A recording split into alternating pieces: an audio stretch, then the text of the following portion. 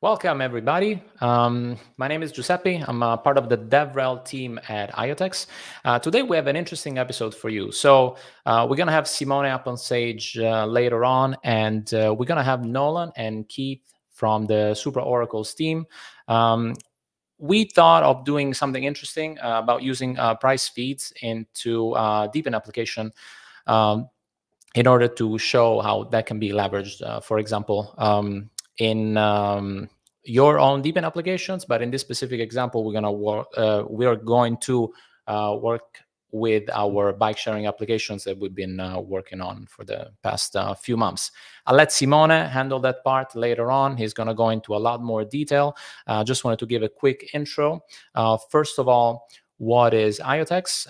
At IoTeX, we are building a full stack blockchain-based infrastructure that facilitate applications that require proof of physical work, such as DePIN. DePIN is another very interesting, hot topic in the Web3 space at the moment. It stands for Decentralized Physical Infrastructure Networks. So if you're not quite familiar with DePIN, I will share a bunch of links later on to get more familiar. And as a builder, we've also have the bike sharing series that I can share some links to after the live stream. Essentially, what are DePIN projects? DePINs are applications that facilitate a token incentive for network providers, and these networks can be anything from energy, from connectivity, computing, etc. So without further ado, I'm going to let Simone, Keith, and Nolan come up on stage. We'll have a quick round of introductions. And after that, we'll let Simone start our smart contracts. So I hope you have you brushed up on your Solidity skills. We're doing full-on smart contracts today. After that, then Nolan will take over, talking a little bit about SupraOracles and how the S values could be used in this type of application. So let me bring my friends up on stage. Hey guys, how's it going? Hello. Hello. Cool. Yeah, so as I said, let's do just a quick round of intro. Let's start with Simone, and then we jump on the SupraOracles friends. So yeah, hi everybody. I'm Simone Romano, and I'm doing developer relations together with Giuseppe at IoTeX. And yeah, pretty excited for this webinar. Sweet. And now Keith. Cool. Yeah, welcome. My name is Keith. I'm doing all things DevRel growth at Supra as well. And glad to be here. Thanks for making it happen to the IoTeX team. Yeah, thank you. Thank you for being here. And Nolan. Yeah, hey, my name is Nolan from SupraOracles, Dev Advocacy. DevRel, gotta love it. Shout out to working from home. Got my pajama pants on still. Excited to get some contracts in. Nice. I think the pajamas fit really well with your background. So thank you. It really matches. Yeah. It's the theme of the holiday. Sweet. It works. You got it. And I mean, we've been talking about this for a while, right? And the other day, actually, we were talking with Simone, trying to think of how can we make this relevant for our audience, which is mostly, DePIN builders. So how to, somehow connect the world of DeFi and the world of DePIN, and how real world assets fit into this whole picture. And so since where we left off, and obviously let Simone go into a lot more detail about this, but if you guys remember in the last episode of our bike sharing webinar, we left off where we had created an NFT for our bike. I mean, a bike can be any sort of device, right? We just picked the bike because it's cool and simple. But once we tokenized that asset, basically we thought, okay, cool. How cool would it be to then use this asset into like a DeFi protocol, as maybe a collateral, borrow against it. And so that's where, Keith and Nolan come in, and where SupraOracles comes in, and it opens up like a whole new set of possibilities for DePIN developers. So without too many spoilers, I think we've set the stage. If there is anything that you guys want to add, otherwise I'll let Simone take the stage. Or do you guys want to introduce Supra a little bit now, and then we'll go into more details later? Yeah, Cool. Yeah, Supra is more than just an Oracle. Supra is we will be Supra. We like to say is an intra layer. So we have something called Hypernova, which is like a bridgeless cross-chain communication protocol. So we plan to launch that in the next couple months. We're going to be a layer 1 as well with obviously we provide Oracle services and decentralized VRF, so which is randomness in your smart contracts as well. We offer like 90 to 100 price feeds at the moment. We're on, I think, 16 mainnets and 30 to 40 test nets. So we're growing pretty fast. Nolan, got anything to add? We just released our poll model for our data feeds. So if you haven't already, go to our docs and check that out. It's pretty big. Gives you some pretty up-to-date data without having to worry about our push frequency on different networks. So a little plug there for that. Cool. All right, guys. Thank you. And yeah, I think where can people learn more about SupraOracles? Documentation or interesting stuff for developers? SupraOracles.com/docs. In the Discord we spam it all the time. It's got everything you need. And if you have any questions, like feel free to hop in the Discord. I'm there. A lot of the team members are in there. I think Keith's in there too. So if you need help, answer your questions, we get you squared away. Yeah, and if you guys want to just give me the link for the Discord, I'll put it here in the comments so that the people can see it. And I'd also add the link for the SupraOracles docs. But I mean, it's pretty simple. I think it's hard to forget. Talking about links and a little bit of shilling, Simone, how can people get in touch with us, IoTeX developer community, and learn more about building DePINs and all the cool stuff that we are building and we're going to be releasing, and we have been releasing? Yeah, well, there are many ways to talk to us. And I think that for developers, I think the best ways to join our Discord channel, which is easily found at iotex.io/dev-discord. You will be just thrown to the developer chat on Discord. And for those who prefer the old style, we even have an email, which is developers@iotex.io. And recently we are making use of the new feature on Telegram where you have these topics. So if you are a Telegram user and you want to do some developers chat, we also will have a new topic on the Telegram group. It's showing up tomorrow probably. So if you go on Telegram on the IoTeX official channel, you will see a list of sub-channels. They made it pretty similar to Discord. And one of these will be the developers dedicated chat on Telegram as well. Yeah, I think 3 ways to get in touch with us should be more than enough. Yeah, we actually had a great AMA on our Telegram channel yesterday. So for anybody who's interested, yeah, it was pretty cool with our founders talk about what we have been working on and how we're being looking forward to 2024 and beyond. But without further ado, I think we can get this rolling, right, Simone? Yeah, right. Let's awesome. do it. Okay, so I'll get us off stage. I'll leave you on stage, and yeah, we'll be back in a few minutes. Okay. So I just put together a very simple slide just to set up the context of the simple example we are going to code today.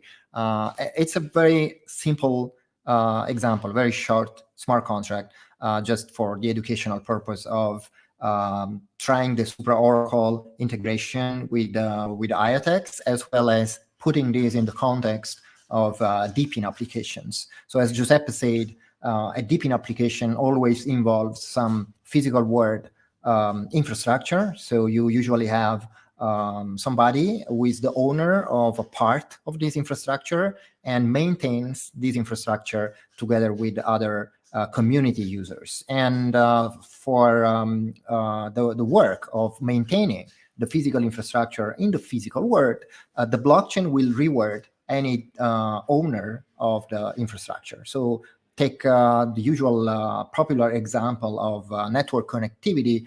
You can have users that own an entire community building up and owning an entire infrastructure for internet connectivity. So you could buy, for example, a router, and this router would give Wi-Fi connectivity, and then you, as the owner of this router, will be rewarded by the blockchain upon the router providing proof of connectivity to the blockchain itself. And these are this is the typical flow of a DePIN project. And in this case, I'm using the usual example that we do in our webinars, which is the bike sharing application, where you have this like possible bike or electric scooter infrastructure for providing rides to the community. And so you could basically buy one of these bikes, and this could be minted on the blockchain in the form of a unique NFT, which is directly connected or tied to the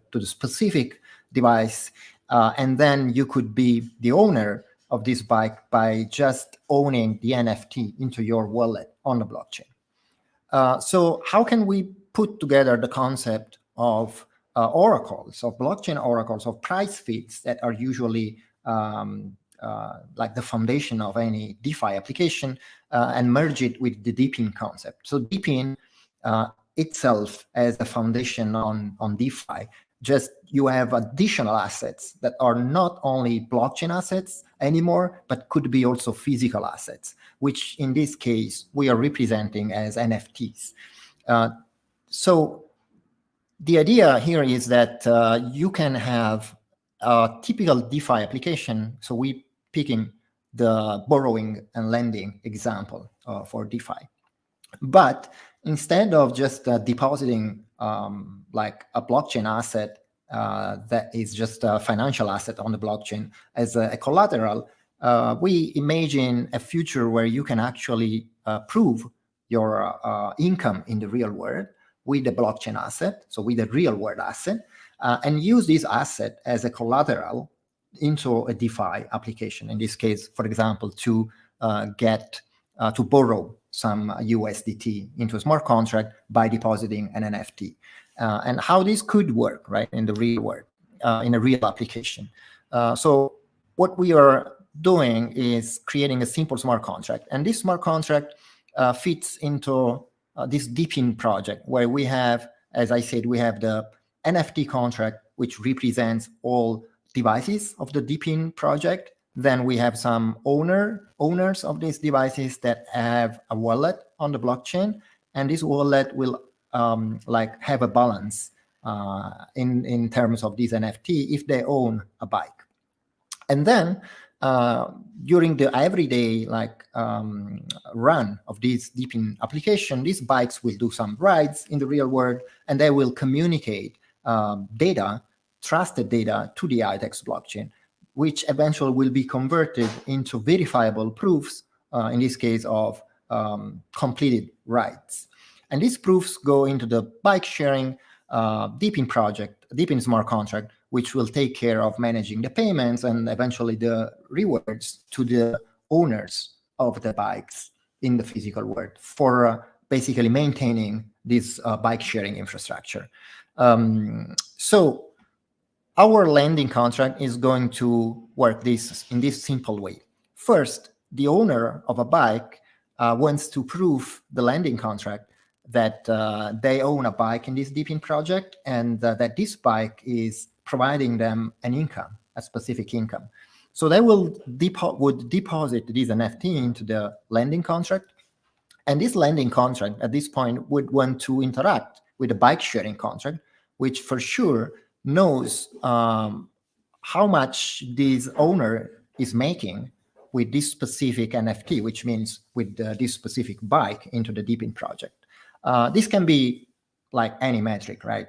Could be a strong one, like you could request that the bike has been working for, I don't know, at least 1 year, making a minimum income every month or whatever. So we made it generic, where we are asking for the monthly income for the specific NFT ID. So once this income is provided, we are thinking, we are like supposing that the income is denominated in IoTeX, but the user wants to borrow a USDT. And so we are imagining that if this bike is providing a certain income in IoTeX, then the DePIN contract will allow the user to borrow 25% of the monthly income. Just a random rule, but can be anything.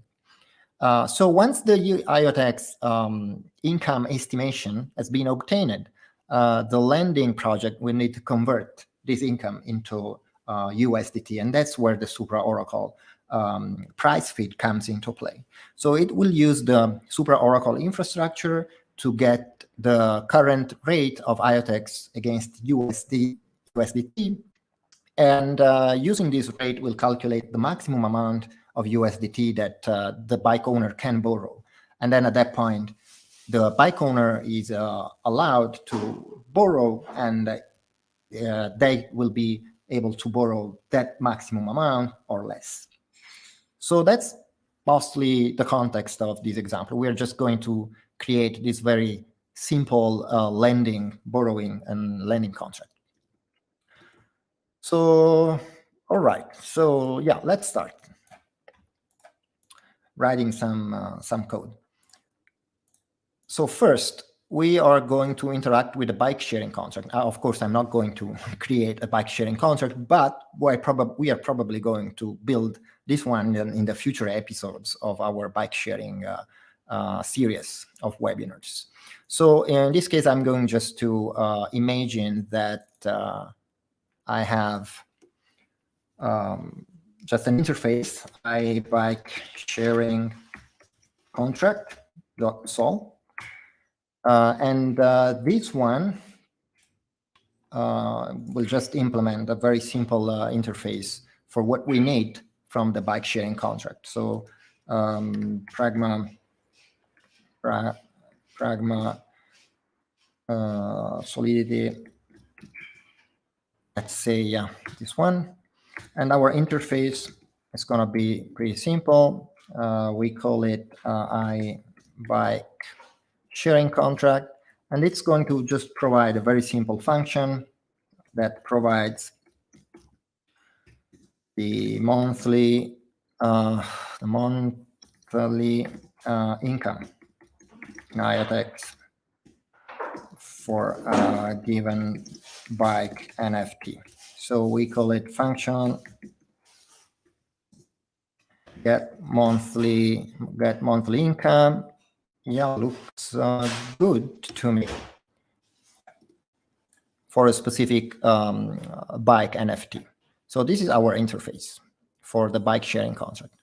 Then we are going to create our DeFi lending contract. So we are going to call it, I guess, bike sharing lending. Bike sharing lending.sol.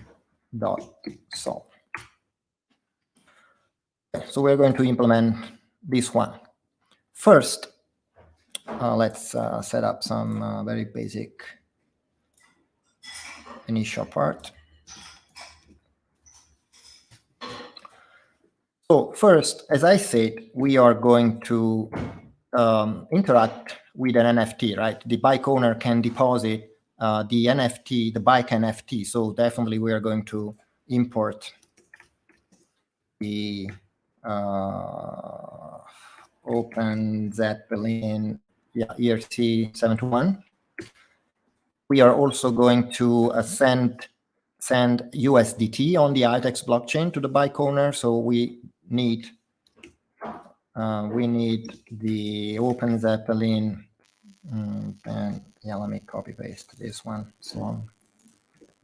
For the ERC20 token. And of course, we are going to interact with the bike sharing contract. And so I need to import the bike sharing contract.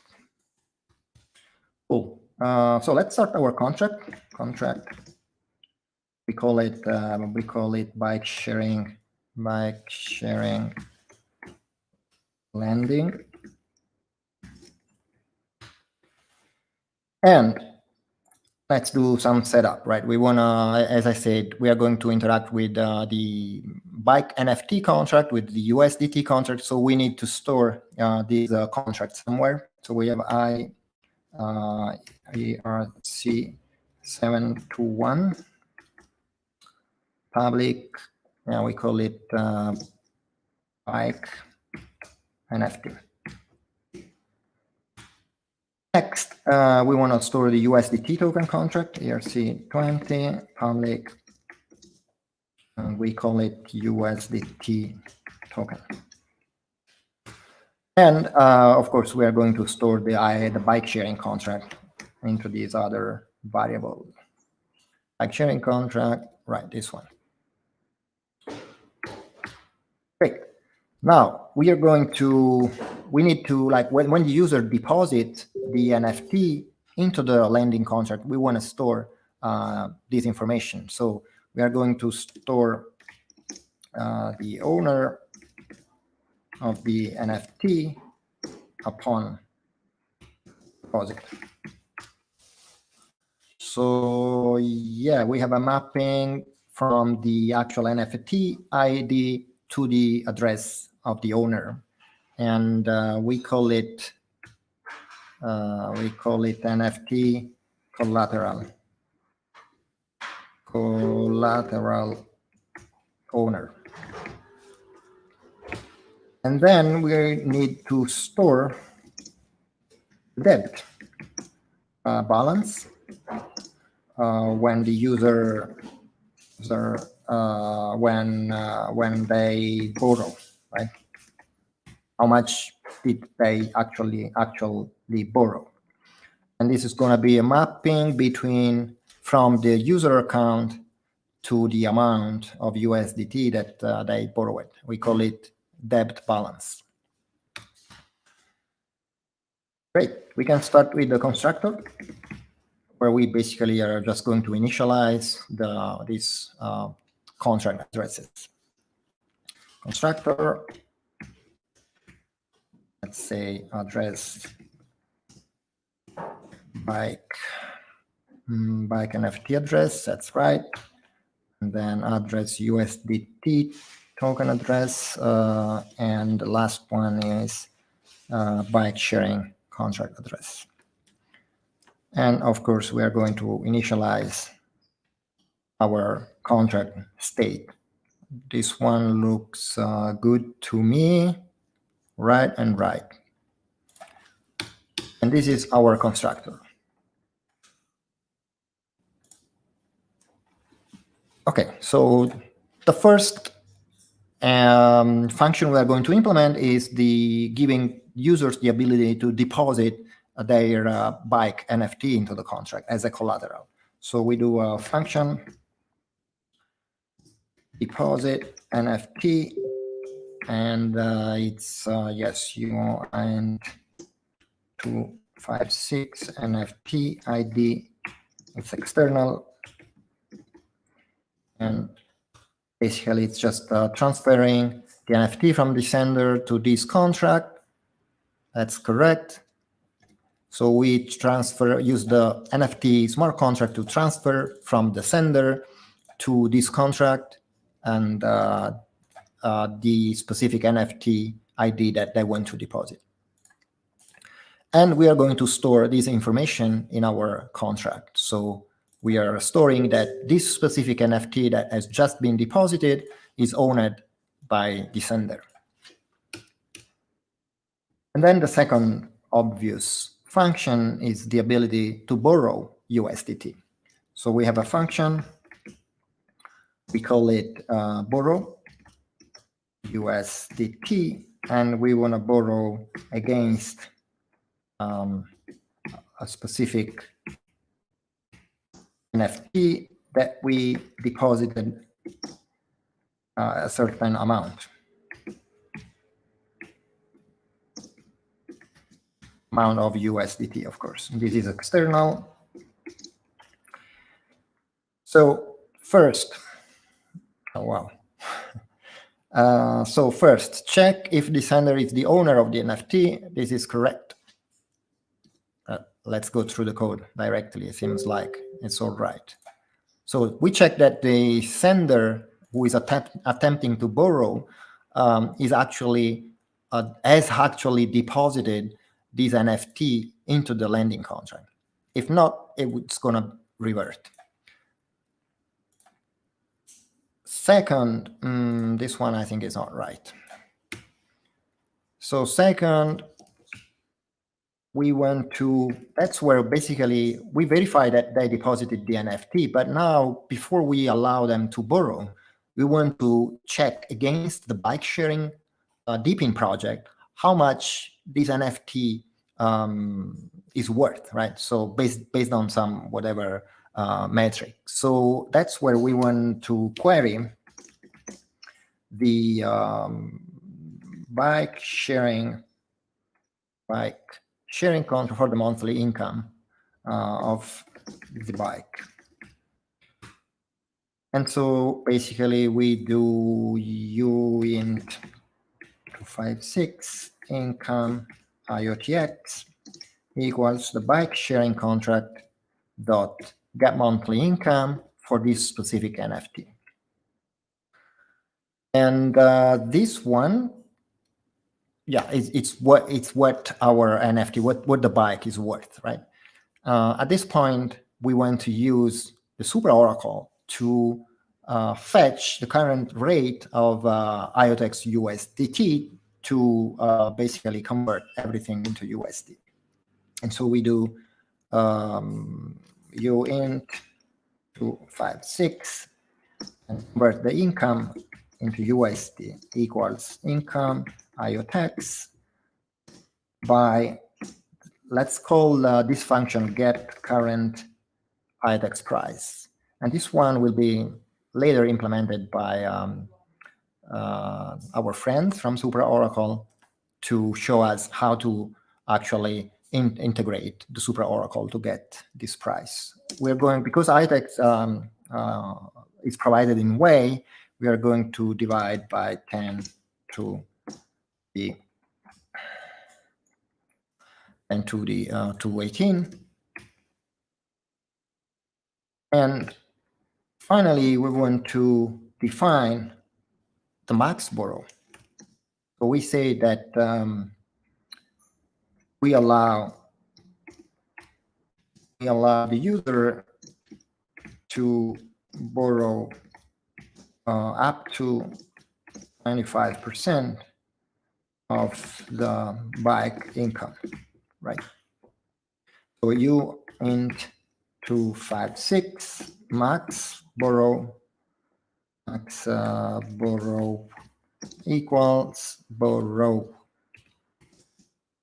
equals income USD divided by 4. That's right. So that's the 25% of the income. And finally, we can transfer the USDT from the contract to the user. And so we do, maybe I'm thinking that it should be more secure that we first decrease debt balance of the sender. So we first set the actual debt for the sender. Just let's make sure we do it before we call any transfer. And then we will just do USDT token contract and transfer the USDT from the sender, to the sender for the amount that they requested. Cool. This should complete the borrow part. The only left part is, of course, how do we actually convert the value of IoTeX in USDT? And that's more about SupraOracle stuff. I'm just going to show how this function will look like. And this is going to be a function get current IoTeX price. And this one, I think it's not public.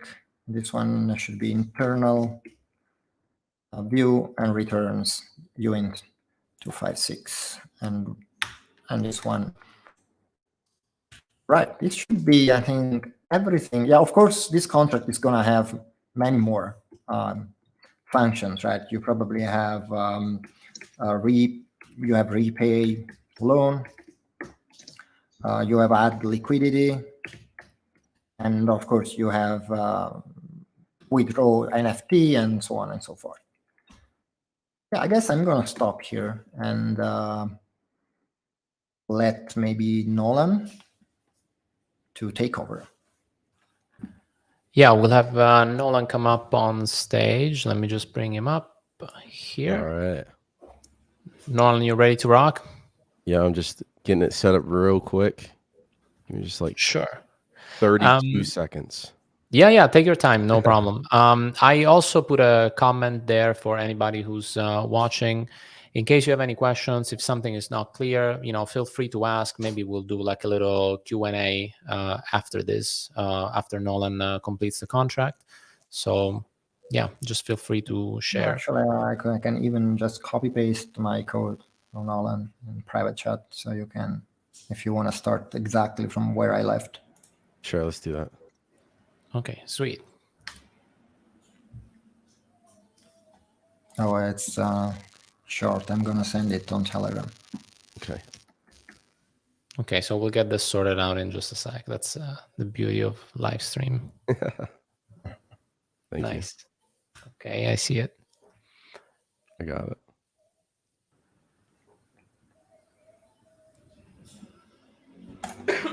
Okay.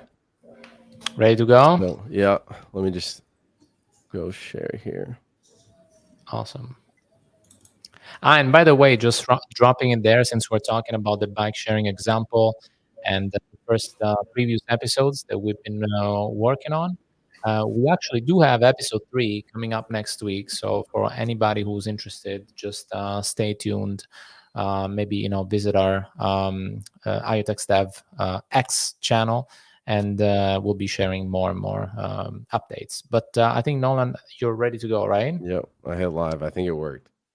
Okay, great. So I'll just remove me and Simone, and stage is all yours. Okay. All right, see you in a bit. Yep, see you. All right. So, real quick, I have to own up to one of my mistakes starting in the call. So, right here where we make the conversion, I thought I double checked this properly. I was wrong. So taking the conversion here, dropping down, taking off 18 decimals after we multiply the text and the IoTeX price, we actually have to take this by like 32. Since USDT, I believe, is 6 decimal places. So if we left at 18, I think we'd send a lot more USDT than we actually intended. That is my mistake, but it is what it is. So the first thing we need to do, let's see if I can pull this up real quick too. We're going to need to create the, let me save this off to the side.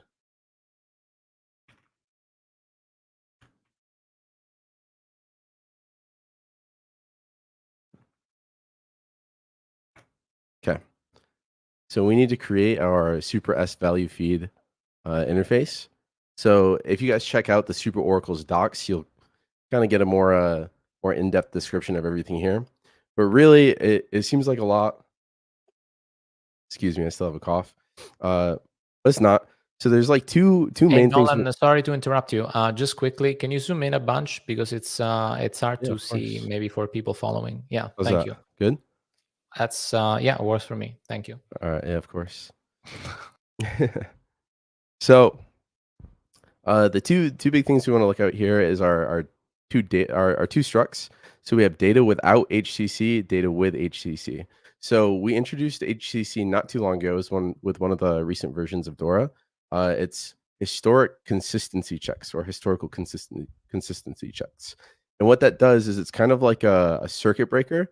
So it's a flag that will be thrown if the price like deviates too far off of like the past like 50 values that have been pushed to the feed.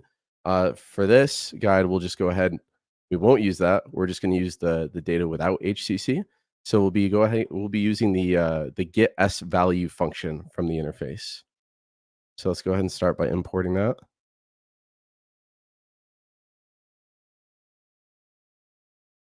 I have a million tabs up here.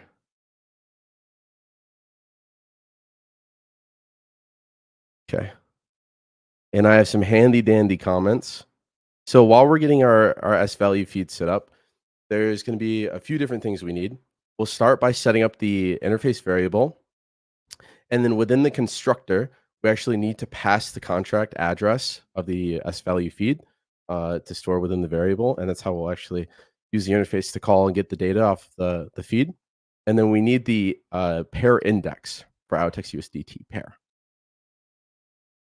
So again, if you haven't already checked out our docs, go ahead, check it out, docs/price feeds decentralized networks. You'll be able to see all the amazing networks that we're on. There's a bunch. I'm going to keep using my cheat sheet here so this can just go a little bit smoother.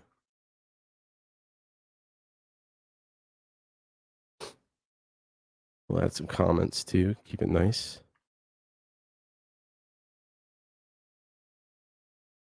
We'll move down. We'll add it within the constructor.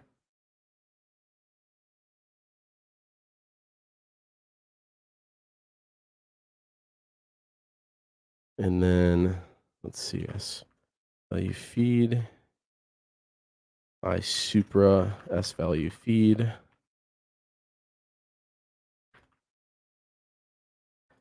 There we go. Okay. So once that's done, boom, our S value feed's ready.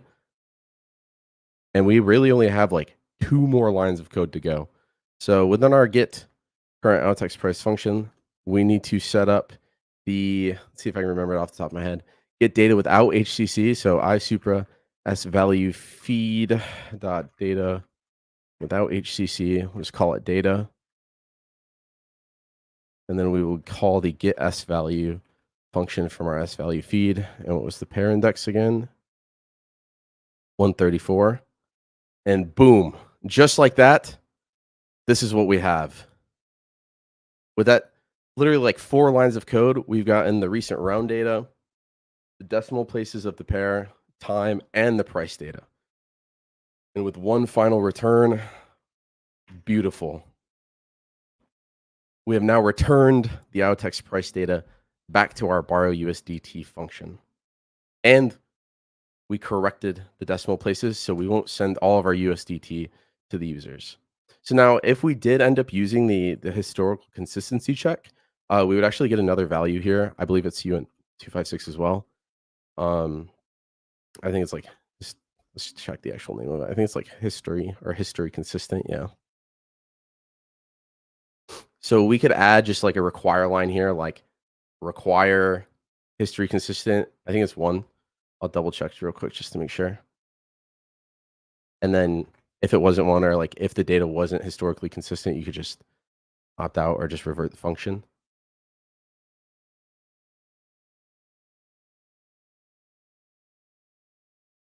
Let's see. Yep.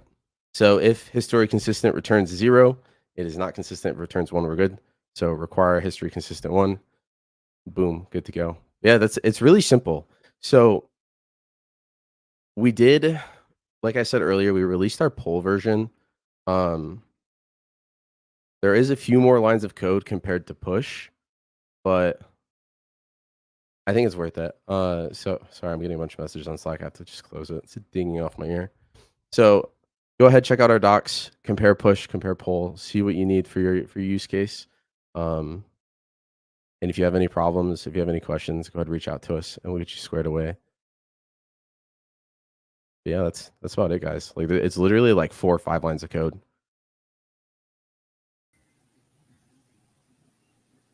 It's like That easy. Yeah, it's so smooth. Awesome. So I have a question. Because I took a look at the documentation and I saw the example was a little bit different from your implementation. Is there a place where we can get that iSupra S value feed interface? This one right here? Yeah. Yeah, so there is. You'll have to make it yourself right now, but we're going to host one and share it very soon. Okay, great. we just have to put it live. So with the recent version, when we introduced HTC, it changed our docs like pretty hard. So if you notice, like the old version had like a unpack and like decode function. We made it a lot easier. Yeah, we yeah. have it right in the proxy contract for the storage, Yeah, so yeah. we don't need that anymore. That's great. That's great. Now it's much definitely easier. Yeah, it's way easier to swallow. It's like super clean. The really cool thing too, I have to plug this because I think this part's awesome. So everyone uses Chainlink. It is what it is. But you need a different contract address for every single pair in Chainlink. Supra's S-value feed, you don't. You need one. A single contract address to get all the pairs, guys. Doesn't that sound great? Yeah. It seems very inefficient. No, great. We love SupraOracles. Yep. Yeah, it's actually great. I'm glad we got to do this, and I'm glad we made it pretty relevant. Cool.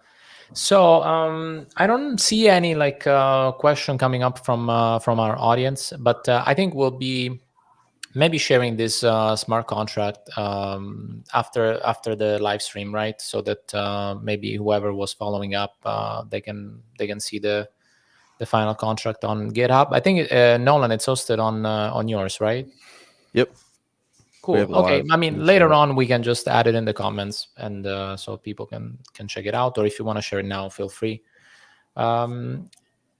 Let's see. Well, I wanted to ask Simone, maybe, so this is one example that we thought of, and we wanted to make it obviously relevant for DePIN developers, but maybe we can just talk a little bit more of why this is important, or maybe other use cases or interesting things that could be done by our community DePIN devs. Yeah, absolutely. We actually had a nice chat, I think yesterday, where while we were deciding discussing how to make this example DePIN interesting. DePIN interesting, because it would be too easy just to make a simple DeFi example.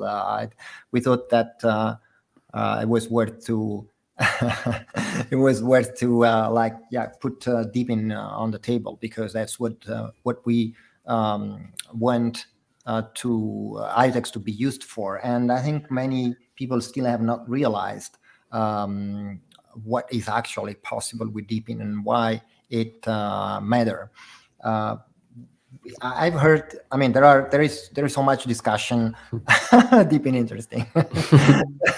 There is so much discussion about real world assets lately, but these assets are still in the early stage, right? It's about bringing these still financial assets from the real world to the blockchain space. But real world assets are not only financial; they are also physical.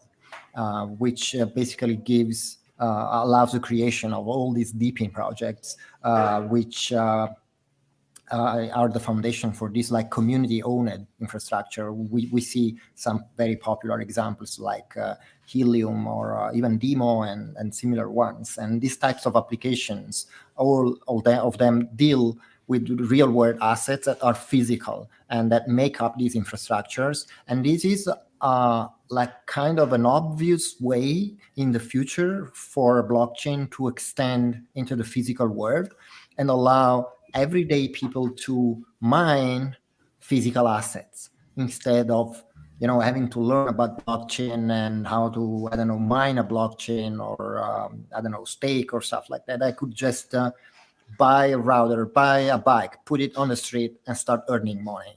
And these types of DePIN innovations are for sure going to drive the next wave of blockchain. So it's very important to have developers understand how these assets convert into the blockchain and how they can be used into DeFi applications to make these real world proofs of income usable for users to earn money, to get loans, like in this example, or to just trade them, right? And just generate these new ways of financialization of real world assets.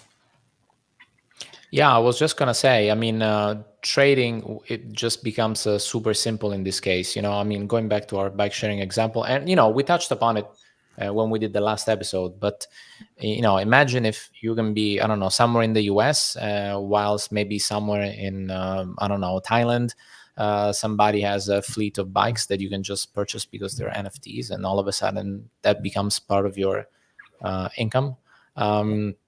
So yeah, that is super interesting, and I wanted to make that clear because, like you said, we talk. There is like a lot of information to unpack, and it's important that developers also see what's possible. So yeah, that's really interesting, and yeah, we'll do more. I think next week, and obviously Nolan and Keith, you guys are totally invited if you wanna come. Next week we have episode 3. And lo and behold, we're gonna talk about the token economy of our bike sharing application. So each episode we tackle like a different aspect. Last time we talked about tokenizing the bike and the registration of the bike on chain, and how it is bound to an owner, etc., which are important aspects.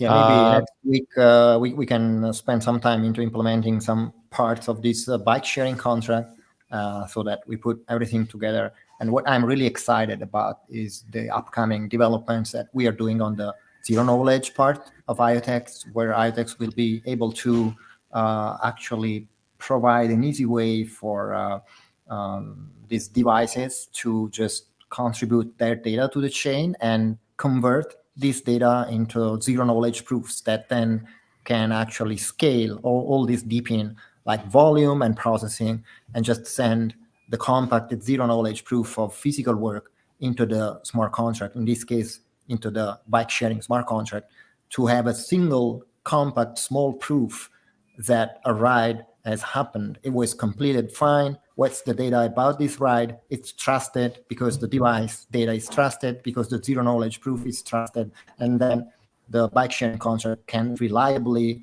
send over the payment to the owner of the bike. And this is what gives the value to this NFT that allows it to be traded, to be used into DeFi applications. And this is definitely upcoming in the next, I think, month or so. Yeah, I was gonna say if you can give us some sneak peeks, but sorry, go ahead. No, I was just going to echo what Simone was saying. I definitely agree in terms of the next wave of DePIN applications, which can there's high incentive to participate in those. Yeah. In terms of owning your assets and earning. I was wondering, I wanted to ask you guys, are there any DePIN applications on IoTeX that you're excited about, or any other chain? Well, there are so many actually. We had in the last year we had the chance to work with. We deployed this DevNet that allowed us to experiment both publicly and behind the scenes with many DePIN projects. Some established ones, some pretty new ones. So we had the chance to talk to these builders about their ideas, and there are so many. One very cool is the drop wireless one, for example. Giuseppe, if you want to explain how it works, maybe better than me. Yeah, I mean, first of all, shout out because Andrew is a super nice guy, and we've been working together with them on one specific vertical out of all the vertical that Drop Wireless touches upon, which is decentralized advertisement. And we've actually running a campaign with them. So they're doing a giveaway of these 10, they call them G2 devices. And these devices basically connect to a projector, so that essentially they're creating a marketplace for ad space. And so whoever mounts these devices then is incentivized to play ads, and then there is a supply and demand marketplace for people that want to then buy these ad plays in obviously maybe the most prominent or places with like most traffic, and I think it's great because just like other DePIN projects, like we have some in the energy sector, some in the home sector, they sort of like democratize things that maybe in certain part of the world we take for granted, such as energy, and in other parts of the world is really expensive, and it's really not as immediate, as we might think. And advertisement is also another sector that is really hard to get to. Just as connectivity, you need huge investments to Build, compete yeah, with the big guys, and this is all community based. maintain. That's cool.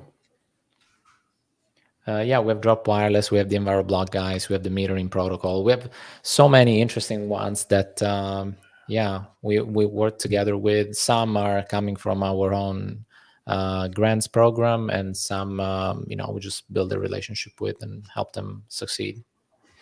Nice. Well, if anyone needs any price feeds, randomness, send Now them to they're Supra. covered. Yeah. Over Yeah. here. You can connect us on Telegram or on X. Yeah, as a matter of fact, I'm going to share. So if anyone that wants to, get in touch with these guys on X, you can check them out here.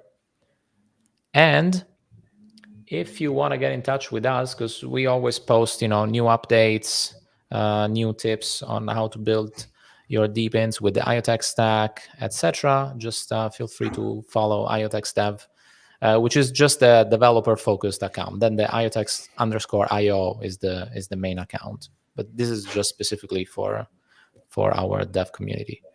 Sweet, guys. If you want to add something, feel free. We have plenty of time. Otherwise, I think we can just cut this. I mean, we got right to the meat of the contract. I think everything was pretty clear.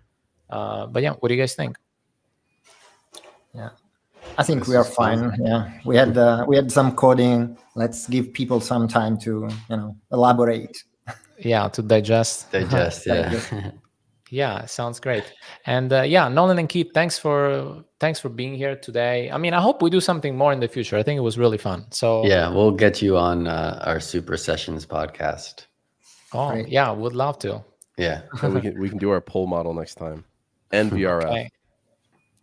I Great, mean, great. And then our L1. count us in. Our L1. Yeah. A lot of things, new things coming from us in the next, I'd say Q1 2024, next couple of months. Can you give us like a sneak peek, just like Nolan did, but nobody acknowledged?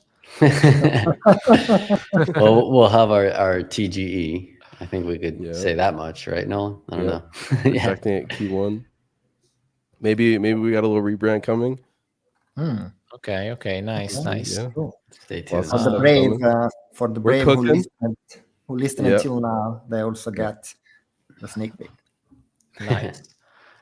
Sweet. And I think Simone dropped a couple of hints on some stuff that we are going to be releasing. So I guess we'll leave it at that. But there is plenty more to come. But anyway, Thanks a lot, cool, guys. Thank you. Cool. Pleasure. Thank you, guys. See you guys Yeah. around. Bye, Kate. Bye. Bye. Take care. Thank you.